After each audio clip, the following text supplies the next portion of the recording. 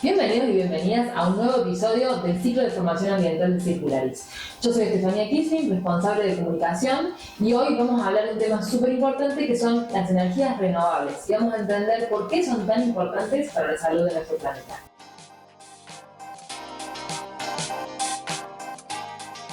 En este episodio vamos a ver cuáles son las energías renovables, las desventajas y desventajas de su aplicación y cómo podemos hacer para implementarlas en nuestro hogar o en nuestra empresa en la lógica de la energía, tanto centralizada como distribuida.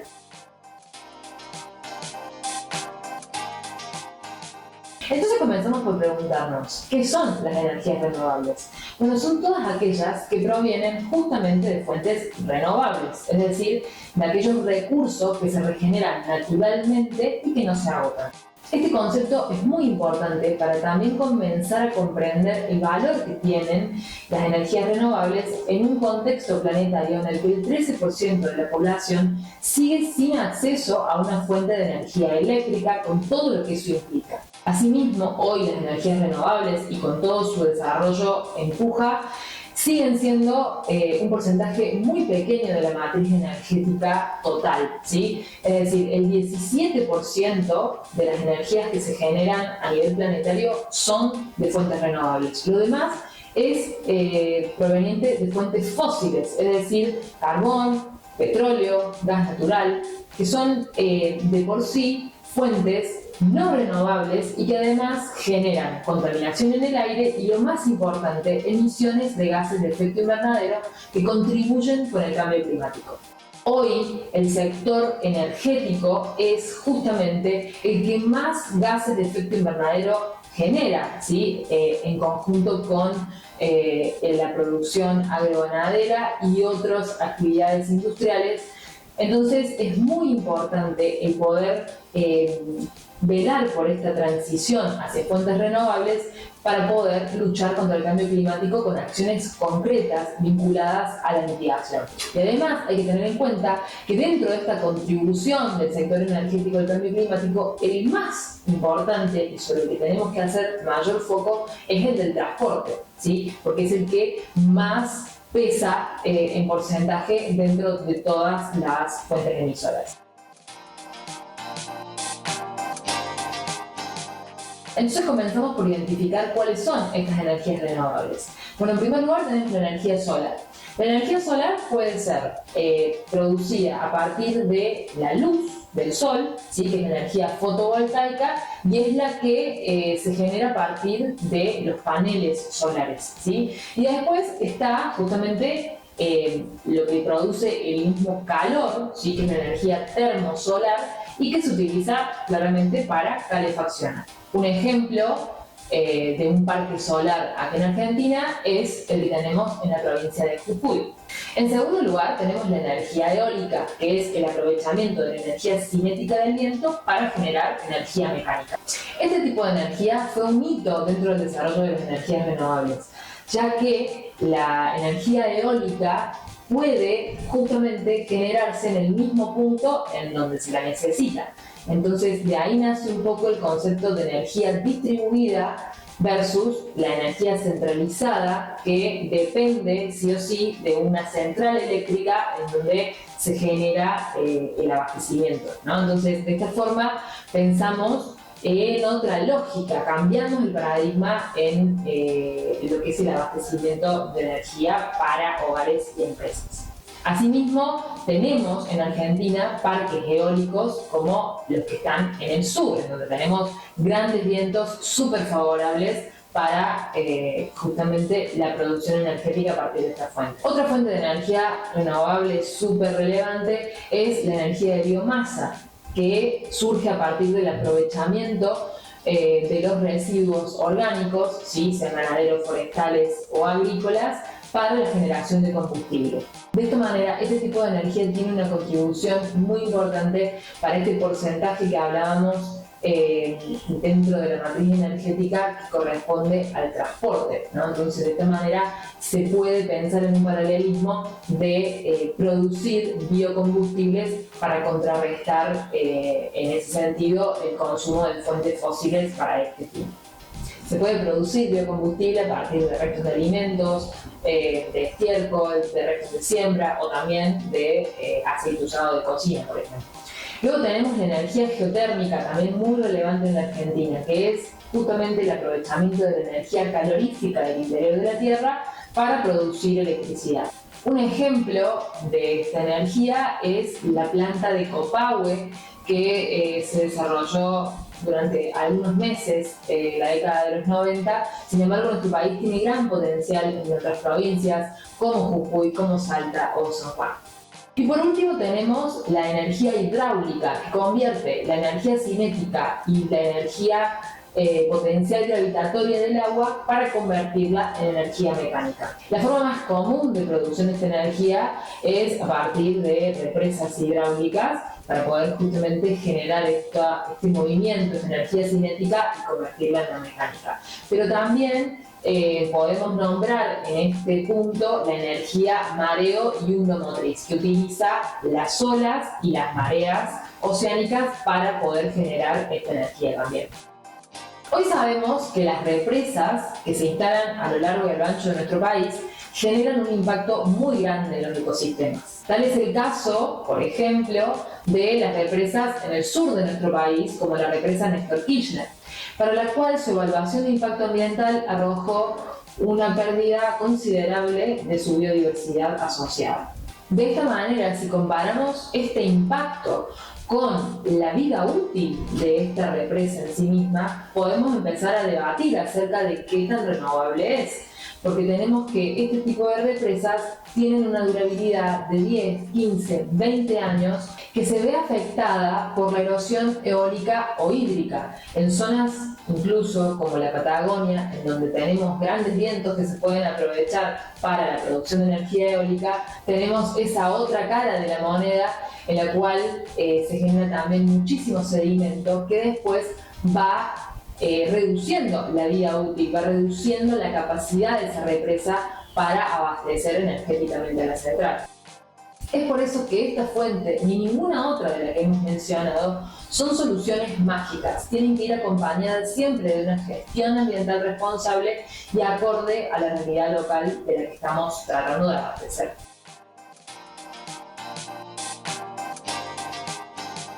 Bueno, ¿y cuáles son entonces las ventajas de estas energías? Para Argentina es importante mencionar que somos un país privilegiado en cuanto a las fuentes de estas energías. Somos uno de los 5 países también muy asociado a la diversidad de paisajes y a la extensión territorial de nuestro país, uno de los países con mayor incidencia de estas fuentes, sobre todo de irradiancia solar y de vientos. La irradiancia es la potencia de radiación solar que llega a la superficie.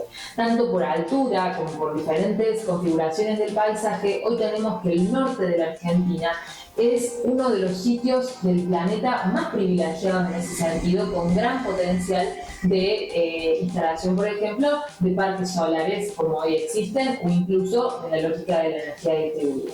Y después tenemos los vientos que se focalizan en el sur de nuestro país, favorecidos también por el ecosistema desértico y las diferentes configuraciones del paisaje. Otra ventaja súper importante para mencionar es que promueve la generación de empleo verde. Al igual que sucede, por ejemplo, con el circuito de la economía circular, cuando nosotros desarrollamos un proyecto de energías renovables en algún punto de nuestro país, lo que sucede es que se generan empleos y alrededor se van potenciando también otros rubros, otros sectores económicos. Y además se trata de fuentes infinitas. Tanto el sol como el viento, como el agua, con esa observación que hicimos, son fuentes que se renuevan naturalmente. De todos modos, siempre tenemos que tener en cuenta el impacto que generan las obras de infraestructura asociadas. Y por último, son fuentes que no contaminan y no generan gases de efecto invernadero, que son justamente los que contribuyen al calentamiento de la atmósfera y por tanto al cambio climático. Esto es importante de aclarar porque tanto para su generación como después en su consumo tienen esta ventaja comparativa respecto a las energías provenientes de fuentes fósiles. Sin embargo, tenemos también algunos desafíos en el desarrollo de las energías renovables. Uno de ellos, y el más importante, tiene que ver con el almacenamiento de estas energías. Porque comparativamente, si nos ponemos a pensar en las energías provenientes de fuentes fósiles, nosotros al petróleo, por ejemplo, lo podemos almacenar en barriles y estos barriles trasladarlos en barcos, en trenes, en camiones hacia los puntos de generación o más bien hacia los puntos de las centrales eléctricas que luego distribuyen esa energía de acuerdo a la base geográfica. Sin embargo, las energías renovables, la única forma de almacenarlas es a través de baterías que, si bien se están desarrollando cada vez mejores y cada vez con mayor capacidad, sí tenemos una limitante clara. Y acá es donde se abre otro concepto súper importante, y es que la energía no es infinita. Y por tanto, la eficiencia, tanto en su generación como en su consumo, es clave para incorporar si nosotros queremos una nueva matriz energética tanto en nuestro hogar como en nuestra empresa. Vayamos a un ejemplo claro. Si nosotros tenemos nuestra casa con paneles solares para abastecer todo el consumo energético que necesito, tengo que tener muy en claro cuáles son los artefactos que dependen de esa energía. Si tengo heladeras, si tengo lavarropas, si tengo celulares, si tengo otros dispositivos electrónicos. ¿Cuántos son y cada cuánto los enchufo y cuánto consumen? ¿Por qué? Porque si yo tengo estos paneles, puedo optar por un sistema que se abastezca en las horas solares pico, en donde claramente voy a tener un rango horario en mi día en el que voy a tener energía y en la noche no la voy a tener justamente porque no hay radiación solar. Y si no, puedo optar por un sistema alimentado con baterías en donde durante las horas de sol esas baterías pueden almacenar la energía, pero después yo voy a tener una cantidad limitada que voy a tener que distribuir en mis diferentes consumos. Cuando eso se acaba, se acaba. Tengo que esperar nuevamente que esos paneles sean reflejados por el sol y entonces que las baterías se vuelvan a cargar. No es para nada la lógica a la que estamos acostumbrados, en la que vamos al switch de luz, lo encendemos y la luz se prende. No importa cuántos seamos en nuestra casa, no importa qué estemos haciendo y qué estemos consumiendo, que siempre la luz se va a encender. En esta lógica tenemos que tener en cuenta que la energía es limitada y por tanto debemos mirar hacia la mayor eficiencia energética que podamos. Y un segundo desafío también considerable en este sentido son los costos iniciales de instalación. Lo que pasa es que nosotros estamos inmersos en un sistema abastecido a partir de fuentes fósiles. Entonces, como todo cambio, necesitamos una inversión inicial que después de un plazo vamos a poder empezar a notar sus beneficios. Pero en principio tenemos que saber que la manera de generar una transición es apostar por este cambio. Pero ¿cómo opera y en qué sentido impacta la implementación de estas energías renovables en nuestro país? Para hablar de estos temas, invitamos a Matías y a Andrés de N Solar, que nos van a estar respondiendo algunas preguntas claves en este sentido.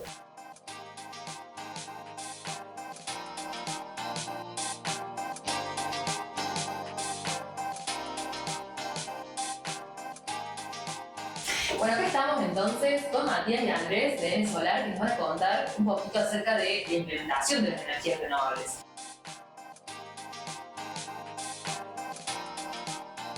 Entonces, para romper el hielo, comenzamos preguntando cómo funcionan los paneles solares.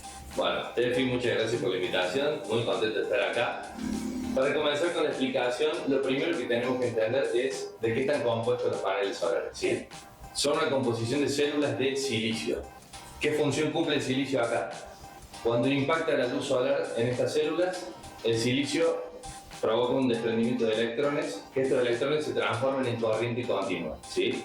Esta corriente continua viaja a través del cableado y es muy importante que antes de llegar a nuestros electrodomésticos pase por un inversor, ¿sí?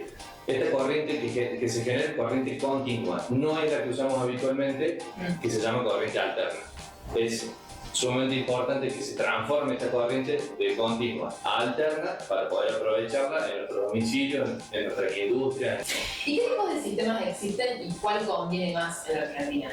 Tenemos dos sistemas principales, on-grid y off-grid. ¿Qué significa cada uno? El on-grid está conectado directamente a la red eléctrica de nuestro domicilio. Es decir, la energía que se genera pasa por el inversor y se inyecta directamente a los puntos de consumo que estemos teniendo en ese momento. El inversor mismo tiene una tecnología inteligente que va a detectar a dónde está la demanda de consumo en cada momento, entonces la energía solar se va a aprovechar según se esté demandando en ese momento.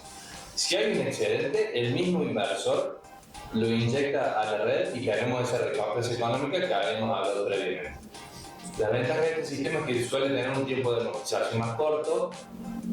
Nos aseguramos que todo lo que estemos generando de alguna forma lo vamos a aprovechar, o consumiéndolo o devolviéndolo a la red.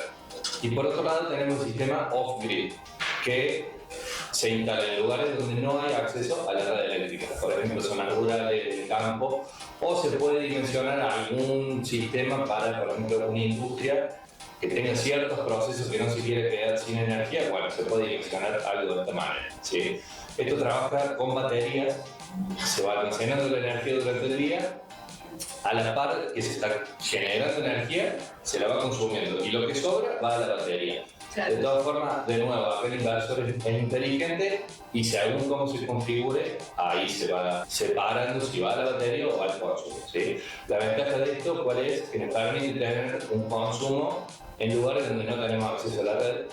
Sí hay que hacer la aclaración de que estos sistemas son más complejos de dimensionar, ¿sí? Porque al funcionar con baterías durante la noche, al solamente tener esa carga que generamos en el día, hay que hacer bien los números, digamos, para después no quedarnos a pata durante la noche o durante días lluviosos o de nubes, ¿sí? El on-grid, el primer sistema que explicamos, en el caso de que estemos consumiendo más de lo que generan los paneles, tenemos el backup de la red eléctrica, entonces lo que no nos alcance lo tomamos de la red, no pasa nada. El sistema off-grid es un poco más complejo de dimensionamiento, pero funciona perfectamente. Claro, y ahí aparece la eficiencia energética como aliado. Nuestra mejor amiga, exactamente. Y después existe un tercer sistema que es una mezcla de ambas, que justamente se llama híbrido, donde durante el día tomamos de los paneles y consumimos, y al mismo tiempo se va cargando una batería que nos permite consumir esa luz. Una vez ya ante el sol se puede consumir y cuando se agota esa batería tomamos de la red. Es decir, van a estar los dos sistemas combinados y funciona perfectamente. ¿Es posible generar y almacenar mi propia energía en casa o empresa? Sí, definitivamente se puede hacer tomando la energía de los paneles y obviamente dimensionando un banco de baterías. Los beneficios cuáles serían particularmente, bueno, autonomía, por sobre todo, y entendiendo un poco que en días nublados o por momentos nocturnos vamos a tomar esa energía de las baterías. Actualmente lo que se utiliza mucho, sobre todo en ambos, es el sistema híbrido. También como compensando un poco la inyección y la utilización de las baterías. ¿Pero qué pasa con el excedente de energía que produzco? O sea, ¿yo lo puedo vender de vuelta en la red?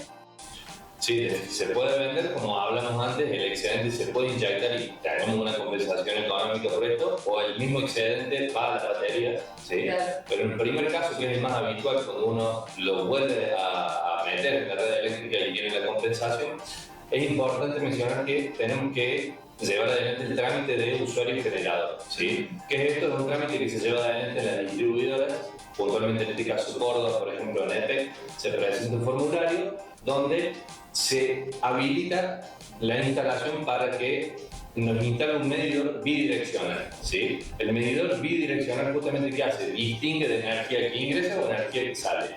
Eso nos va a permitir poder medir qué es lo que uno está consumiendo y lo que uno está inyectando en la red. Ese trámite es obligatorio y bueno, para estar en regla hay que tenerlo. Bien, y en cualquier casa o industria se puede instalar los paneles solares, o hay algún requisito que hay que tener en cuenta para poder hacerlo. Bien, a nivel general tenemos tres requisitos. El primero es un espacio físico, lógicamente, ya sea en el techo o en el suelo, ¿sí? Eso hay que dimensionarlo bien para después no tener problemas con el segundo requisito, que es el tema del sombreado, ¿sí? Obviamente, si va en el techo, lo más probable es que tengamos un espacio más despejado. Si va en el suelo, sí hay que calcular bien el tema de la sombra, porque ¿cómo funciona esto? Los paneles suelen ir en series de 8, 10, 12, 14 paneles. Si una sombra impacta en una porción del panel, automáticamente toda esa línea queda nublada por este sombreado. Entonces, esta parte es muy importante. Entonces, en resumen, tenemos que tener un espacio físico que alcance para la superficie de la cantidad de paneles que queremos colocar y que al mismo tiempo no se sombree. Claro. Y como tercer requisito, lógicamente, tiene que estar bien dimensionado para el sistema que se quiere instalar. Va a empezar ahí a depender del consumo, del cableado que tengamos, de las instalaciones eléctricas.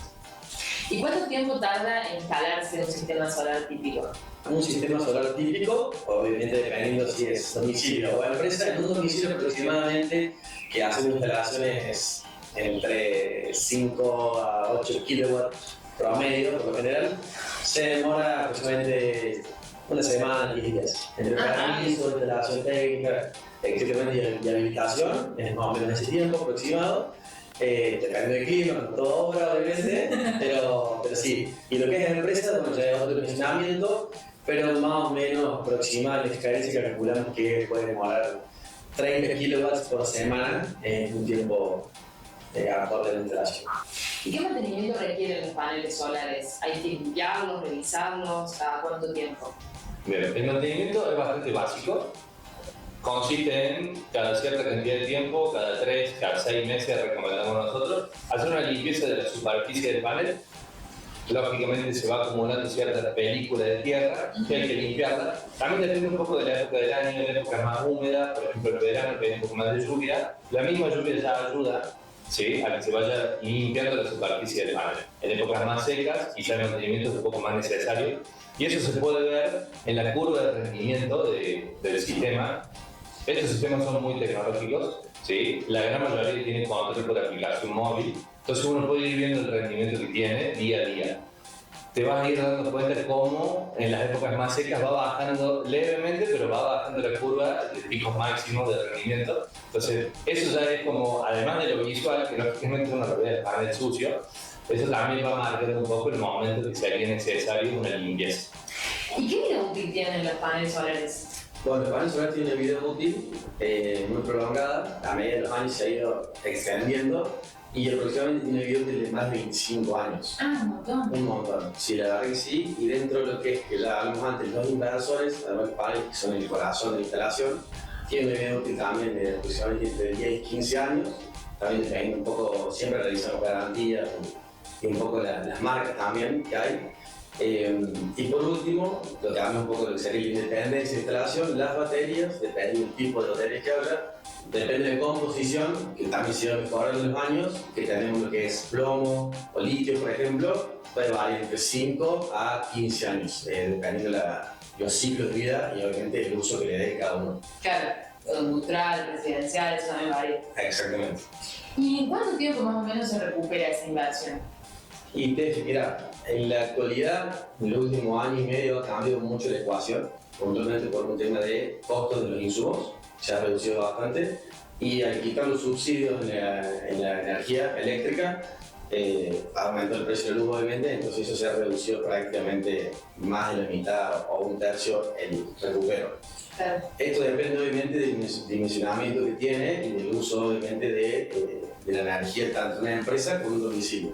Por ahí, para ser un poco más claro, en las empresas tenemos medianos consumidores y grandes consumidores.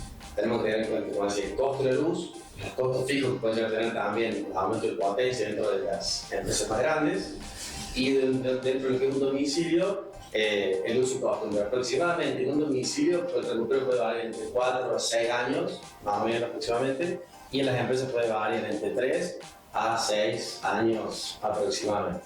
Dentro de lo que es también la garantía y la vida útil de paneles, tenemos una garantía puntual de las diferentes marcas que garantizan de por sí un rendimiento de arriba del 80% luego de los 20 años de uso. Generando esto, obviamente, compensándolo con obviamente el tiempo de recupero y inversión. ¿Y existen subsidios o créditos o algún tipo de financiación como para poder fomentar la implementación de las energías renovables?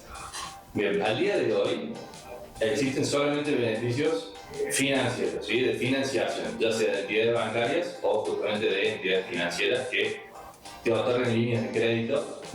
La gran mayoría tienen beneficios para línea verde, se llama, o línea sustentable, bueno, sustentabilidad o de energía renovable en este caso, que tienen tasas preferenciales, algunas tienen periodos de gracia de capital, tienen ciertos beneficios versus una línea de crédito normal para una persona o una industria.